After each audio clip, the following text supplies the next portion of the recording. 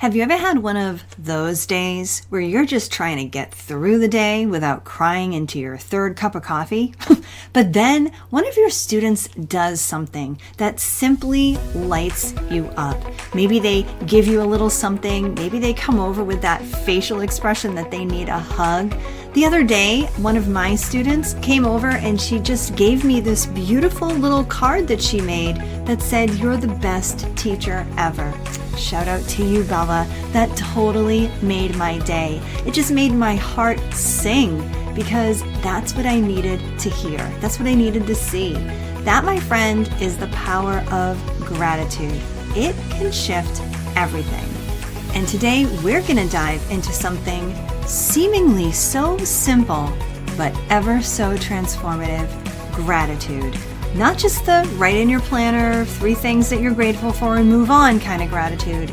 Nope, we're going to go a little deeper. I'm going to walk you through a gratitude strategy that you can do right here, right now, as you listen. Okay, I want you to think about this as a little gratitude reset. Perfect timing as we step into the holiday season. Hey friends, welcome to Enjoy Teaching Again, the podcast for teachers who love the work but need a little spark to bring the joy back. I'm your host, Elizabeth Peterson, classroom teacher, arts integration specialist, and passionate educator of over 25 years. If you're overwhelmed by behaviors, disengaged students, and long, exhausting days, you are not alone. But together, we can turn things around and you can teach with confidence and purpose again. So locate that cold coffee of yours, find your favorite pen, I know you have one, and let's dive in. It's time to get inspired and enjoy teaching again. Now, I know the holidays can bring up all the feelings, right? Excitement, stress, exhaustion, and not just for us, but for our students too. It's just a heightened season for everybody. Maybe you even thought that sneaky thought, can I actually make it to winter break without losing my mind? It's okay, we've all been there, and maybe you're already there right now. So today I want to use gratitude as a grounding activity, a creative tool to bring some calm and connection and maybe even a little joy back into your day. We're going to do this together, and then maybe you'll even use it with your students. Okay, now if you want, or if you're in a place where you can, go ahead and grab a notebook, and you can do this on paper. But if you are not in a place where you can do that, that's totally fine. You can just do this right here in your mind, okay? We're going to start with a nice deep breath. So deep breath in. And let's slow things down. Let your breath out. And let's take some time for you. We're going to start very, very simple, okay? Let's start with the good old name 3 things you're grateful for. You can look around you and pinpoint 3 things that you see. You can think about something inside your mind. And what are the first 3 things that come to your mind? If you even want to press pause for just a second and get those things in your mind. And then I want to invite you to actually say them out loud. Or if you do have a journal, go ahead and write them down. For me, right now, here are my 3 things. Family, that's my first one. I'm also grateful for having a warm home. And I'm saying that as I'm recording this on a very cold day. But here I am inside my house and I feel nice and warm. And I'm also going to say I'm grateful for having dinner plans. Making plans for dinner and having it planned out so I know what's going on, that has been something I am truly grateful for and probably need to do a little bit more often every week. So what's on your list? Okay, now let's level that up just a little bit, okay? Now I want you to say or write down 3 things you're grateful for at school, all right? So focus your attention to your school, your job, your teaching. What are 3 things that are on your list for school? For me, I'm grateful for my colleagues. I really enjoy the colleagues that I'm working with, both on my team and on my floor. And you know what? Just at my school, I'm very, very fortunate to have a lot of great colleagues. I'm also grateful for teaching fifth grade. Oh my gosh, I have been waiting my entire career to finally teach fifth grade, and I'm so grateful that I am teaching that grade level. Love those kids. And let me think. Here's something else that I'm grateful for. I'm actually grateful that we have a water share in my on my floor. So we all take turns bringing in water, and I just constantly have access to good water. So it's like no excuse. I have to do my water intake every day. That's actually something I'm grateful for. All right, so what's on your list? Go ahead and write it down or press pause and say out loud, what are 3 things you're grateful for at school? Now we're truly going to go next level. And for this, I actually want to ask you to think about some of your challenges, your frustrations, and annoyances. Okay? So finish one of these sentences. Actually, I'm going to give you the end of the sentence. You give me the beginning. Blank challenges me, or blank frustrates me, or blank annoys me. Okay? So name off some of your challenges, frustrations, or annoyances. Okay, let it out. You may want to press pause for a moment to really get some of those frustrations and challenges and annoyances out right now.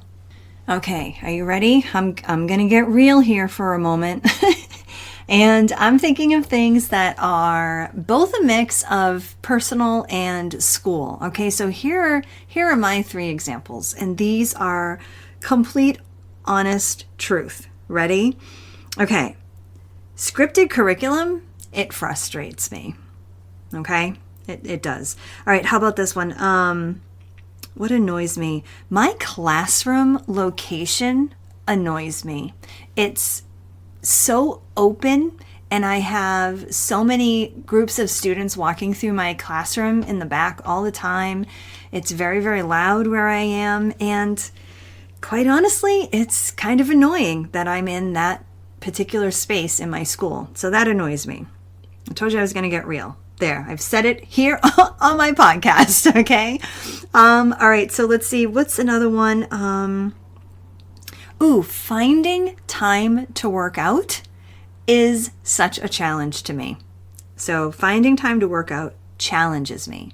So if you haven't already, go ahead and press pause, write down or think about what is something that frustrates you or challenges you or annoys you.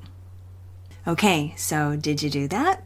I hope so, because by this time you might be thinking, well, what in the world does this have to do with gratitude, Elizabeth? Well, this is a very advanced, next level gratitude activity. It's one that I share inside my SEAL Teacher Academy course.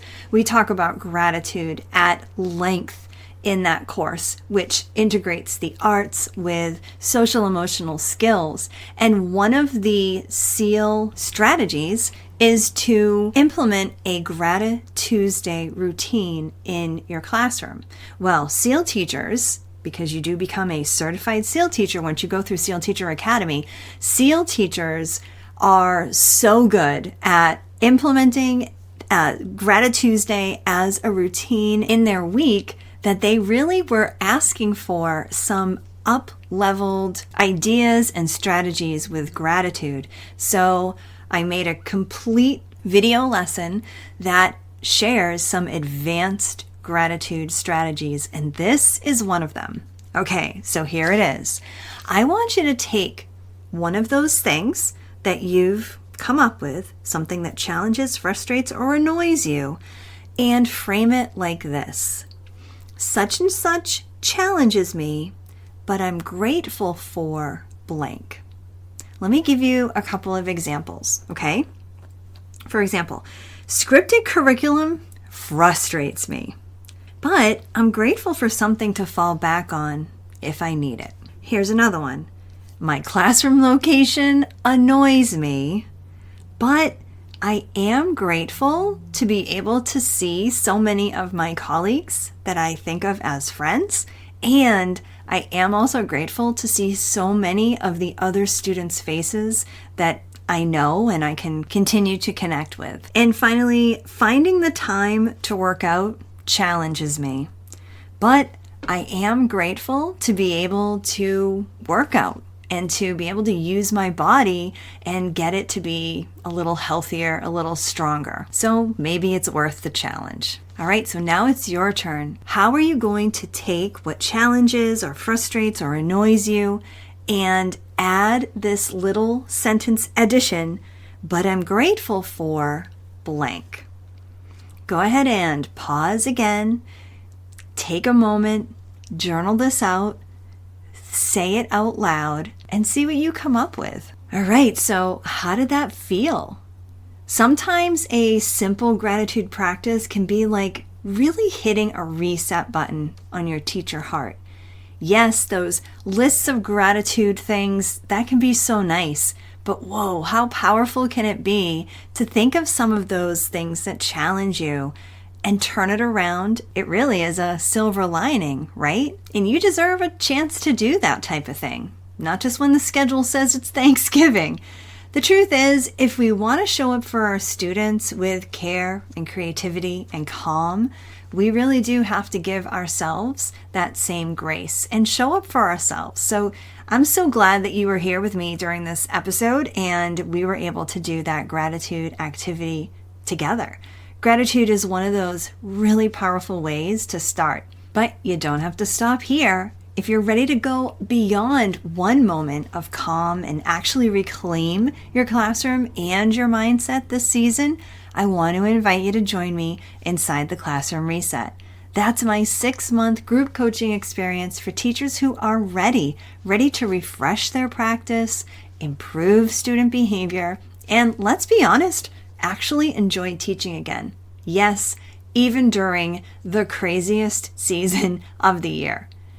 The Classroom Reset is creative, it's supportive, it's teacher-centered, and it's the perfect gift that you can give yourself for the new year. So head to theinspiredclassroom.com/reset and take that first step towards a calmer, more joyful classroom. Remember, my friend, you've got this. You're growing, you're leading, you're making a difference, even if it doesn't always feel like that way in the moment. And let's keep leaning into what matters. Care, connection, creativity, and a whole lot of gratitude. I want to take this opportunity to really thank you for being one of my listeners. I am, indeed, truly grateful for you. Until next time, keep teaching with that big heart of yours, and I'll look forward to the next time. I hope this episode inspired you, encouraged you, or gave you a fresh idea to try. And if so, I would love for you to take a screenshot and text it to one of your teaching buddies. I'm so grateful that you landed here with me today, and it would mean the world to me if you would leave me a review over on Apple Podcast. Thanks so much for being here, and I'll catch you on the next episode. This is Elizabeth Peterson reminding you to get inspired so you can be inspiring to your students and enjoy teaching again.